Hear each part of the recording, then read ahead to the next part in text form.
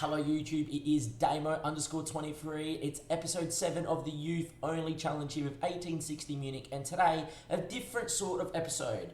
It's been a crazy old time, episode 4, 5 and 6. If you haven't seen them, it's just been crazy drama. All happened over a 6.5 hour stream. If you want to watch that said stream, links down below to my Twitch. You can go watch the VOD. That is the one that came out on the 1st of December. We haven't really had a time to really take a stock take of what's really just gone on here with the club and this, youth signings and the people I've poached, etc., etc. So in today's episode, I'm quickly going to obviously recap the season, but more importantly, I'm going to recap who we've signed, potential targets, and the money that we've got, and talk about that a little bit more. I know at the end of episode 6, I said it would be an episode to see who was signing for Bundesliga 2. I just feel like that would be a little bit of miss right now, and that I feel like it's just more important for us to take stock take of what is going on and, get a good sense of where the club is heading into the second Bundesliga. If you are enjoying the episodes, give it a like, subscribe to the YouTube channel. In the comment section, let me know if you like how these content is coming out compared to my normal just game and talking over game episodes. And of course, as always, go follow the Twitch because you get to watch all the madness live. See you guys in a second for more post-com demo as we talk in episode 7 about everything I've mentioned. Welcome into post-com demo YouTube. We do have some, massive things to go through. I think most notably is the league table, and 1860 Munich do sit there in second. If you haven't watched episode number 6, it was the final day where Ziv or Sizwaku, or I don't know how you pronounce his name, this name right here, they did draw on the final day and we did win and ended up finishing second with a bunch of, with the nicest sense, because I do love the 1860 Munich challenge and I do love the boys. A bunch of boys that are more suited to playing the amateur levels of Germany more than the third Liga, which I know is the bottom professional flight in Germany, and probably the step up isn't massive, but it's big enough for me to make a note of it. If you look at our previous positions here, as we just run our fixture over it, we'll bottom for a few, up to 11th, and just look at the steady rise, slowly from 12th to 11th to 8th to 5th, and then we just kind of just kept grinding away, and then we found third, and the only time that we've been second for the entire season was the final day. If there's ever a time to be second, it is, of course, at the end of the final day. And it was absolutely massive. You look at the people that have had a really good year for us, and unfortunately, there are a few people that don't want to come back. So like Fm22 chose to go to St. Pauli to be a breakthrough prospect instead of being with me as a regular starter. Did offer him, 50k less in wage, but I thought the fact that I made him regular starter made Fm22 really want to come. It's upsetting because it means that he's never going to be homegrown at the club unless he goes to St. Pauli and we get a loan instantly, which I highly doubt is going to happen. I think St. Pauli are going to use this guy.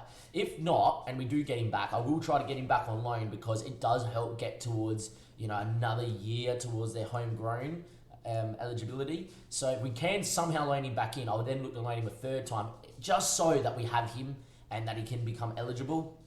Other people, which, Hunter Mark is not a good keeper. He's got 5 reflexes and, he's not the greatest, and, his shot stopping has improved. He has kept 15 clean sheets out of 7 this season, but I really do think the guy is going to be found out this year. Next year if we go up specifically, and the fact that we got obviously Max Engel to come in, who I think is much the better goalkeeper. If we have a look with Hundermark, he's actually just here. Engel obviously being homegrown at the club, Hundermark isn't. Was one of those players that came up from the under 23s when we did get rid of all the first team players in the editor here. To get a guy that actually fits the rules instead of having a guy who doesn't, kind of helps as well. Plus, I think Max Engel, even though he's 24, can become a pretty good role model for the one and only Joel Muller, who, by the way, has some interest from Hartberg, who I have no clue who they are in the Austrian Premier. And I'm telling you right now, Joel Muller, who's already started to develop, ain't going anywhere. And even though he's a one-star keeper, expect to see this guy play a little bit next season because I want to get him growing and becoming the best that he can. If we have a look at the other youth intake players that, of course, we probably should give a mention to, Siri has developed very well, started to develop, had a really good time of it, and he's potentially gone up massively, which is great. And Bernard Berger was, of course, Alexander. Burger Breath, who is one of my followers, redeemed a name, and I've got to give credit to my Twitch chat. They're trying to come up with names that sound German, but also, or the nation of the player, but implement something that they like from their own name. So like Burger Breath's obviously got Burger as his last name, but Bernhard Burger sounds like a German name. I think that's pretty cool as well, and I think he has a little bit of potential. He still is, according to the game, my best player, as in best hot prospect. But there we are. I feel like other people that's worth mentioning, as well was is Navarro. He hasn't had a name retaken, and we'll get into a couple others as well. Feel like it's important to also mention this guy, Maximilian Wagner. We would not be here without him. 24 goals in 33 games. Spent a few games out injured this year. He doesn't want to come back to me on loan. I've been trying everything to loan him in. He keeps saying no. He's meant to be the next Jurgen Klinsmann. I need to get him in. Main reason is if he becomes the next Jurgen Klinsmann, I need him to become homegrown so we can use him later down the save. Even if we get him on loan for the next 2 years, he becomes homegrown and he grows into the next Jurgen Klinsmann, it allows me at the age of like 30, 32, when he gets released, but he's still not bad, to pick him back up. So Maximilian Wagner is definitely someone that we're going to make an offer for, which is perfectly fine because Stuttgart don't care. They're our affiliate. They will let me have him. Wagner keeps saying no because he wants to play at a higher level. Lastly, what we are going to do is go through the players that are joining us, of course, as well. If you have a look at Marvin, if you keep seeing my face go there, Liverpool currently 76 minutes in against Everton, a 3-1 up. If you do see Marvin, look, 6'4", very physical. It's got the big three attributes. I just feel like for our current level and for the fact that the club is a youth club only, we've got him in, and the Austrian is obviously also German and is also a player that has already spent a year here at age of 18 and working towards his homegrown talent. I think will become obviously a great player for me to use throughout the save if we can get it going. He does have these obvious flaws, which is obviously his positioning and his concentration, a bit of composure maybe he might find a red card or two throughout his campaign or his career, but I just think that he's got good physicals and he can obviously work on the heading, marking and tackling ability. I feel like he will become a very usable centre-back for us, especially if we're in the Bundesliga 2 for a long time. This guy could physically play at this level for a while, I feel, as well. And then we're going to go through other people that we're trying to obviously talk about, and here we are. So Leon Anibaba has not had a rename yet from anyone in the chat.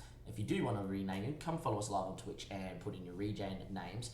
But Leon Anibaba has just, without a scout report, I just picked him up. He's 18, he needs to join before he turns 19 in 6 months. He's got great determination, physically not bad, but most importantly, he's got great work rate and tackling. I really do see the way where this guy physically becomes quick, and I also see a way where this guy could probably actually impact the game going further forward.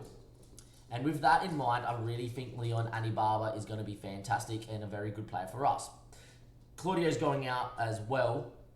More importantly, Liverpool just scored. Diego Jota is the goal scorer, and as long as there's no VAR check here, Damien's got great fantasy points. Tell you what, there's no VAR check here because Jota's just done his man. And he's finished with a plum. Oh my, well done. Anyhow, Jota's fantastic. 4-1, gotta love it. But yeah, back to Football Manager. Apologies, there's a problem doing this early in the morning, but I do have a busy day. Jeppe Hansen Jr. was obviously Soren Larsen. So for those that don't know who Jeppe Hansen Jr. is, Jeppe Hansen I picked up as a 16-year-old from Silkeborg in my Danish save last season. He spent, 15, 16 years with me. We won the Champions League as a Danish amateur club in 20 seasons. He scored numerous amount of goals. There's going to be a YouTube short coming up with Jeppe Hansen banging in a free kick in a group stage game in the 94th minute to win one. There is just, Jeppe Hansen was fantastic. And this guy has a lot of similarities. Jeppe Hansen was the best box-to-box midfield ever used on FM because he was so well-rounded. Jeppe Hansen Jr. is so well-rounded and could do the same. Physically, very well-rounded. Determination, very good. Work rate, teamwork, great. Can tackle, but also, more importantly, very well-rounded in stats. The one thing he probably lacks is a bit of shooting ability and the fact that he's not the greatest header up. I'm telling you right now, though, ladies and gentlemen, this guy is going to grow and going to become quite the player for us in the future. Expect to see Jeppe Hansen Jr. be here for the foreseeable future. And I'm just going to put it down. This is a player that I think could feature in the Bundesliga for me in quite a few years' time. Johnny Dlute is a player that I picked up from the New York Red Bull Academy. USA players are treated. They're not cheated. They're treated as European nation players. I don't understand why. So he doesn't count as foreign. He does, particularly well, does Johnny Dlute. For me, though, we've always struggled for wingers, and we haven't had a good intake for wingers. So the fact he can play on the right-hand side, has got a bit of pace, determination, and can pass the ball. Expect this guy probably in the Bundesliga 2 to play. Now, the reason for that is probably because it's a youth challenge. If he plays at 16, 17, 18 at that level, I expect his growth to become really good. The fact the media thinks he's a promising winger means his PA could be anywhere to like 160, 170, 180, and it could be low as 140.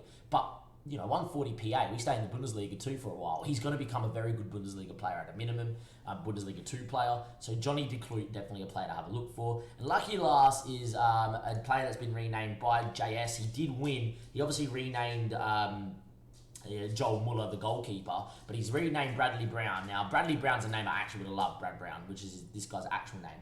But JS won a challenge. He got the score prediction right in one of the games in the lead up, so I gave him a secondary pick, and he wanted to choose Hess for Bradley Brown. Now, obviously, JS's name is JS, so he's played words on it. But more importantly, yet again, Hess is an American last name, and Jay's an American first name. So Hess looks very good. And look, apart from looking good in terms of name, he's 5'10", he's physically capable, and if we can keep Wagner and Hess running off the last man in the Bundesliga 2, we're going to get goals next year.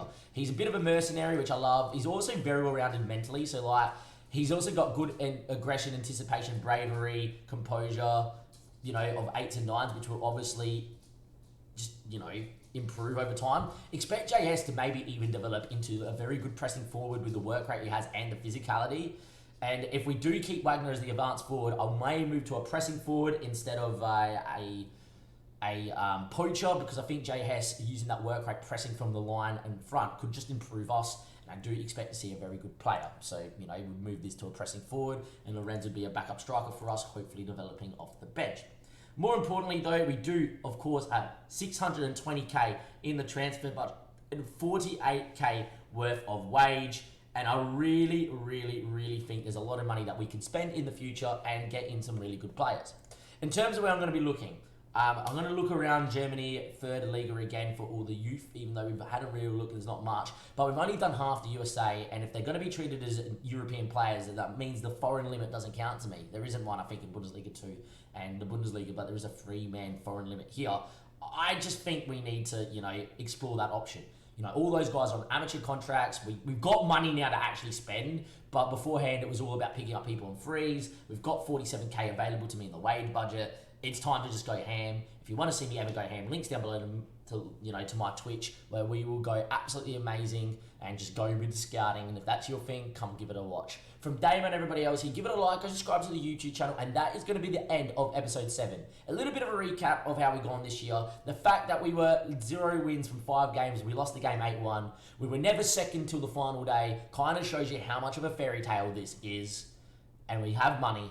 We've got players coming in. Let me know who you think my best player is coming in. I think it's probably Jeppe Hansen Jr. There is an attachment thing for me there. But I think Hess could be quite the striker as well. But more importantly, if you're enjoying the content, give it a like, subscribe to the YouTube channel, and of course follow me live on Twitch so you can watch all the madness live. I'll see you next time for episode 8 of the 1860 Munich Youth Challenge, where we will recap all the signings and start Bundesliga 2.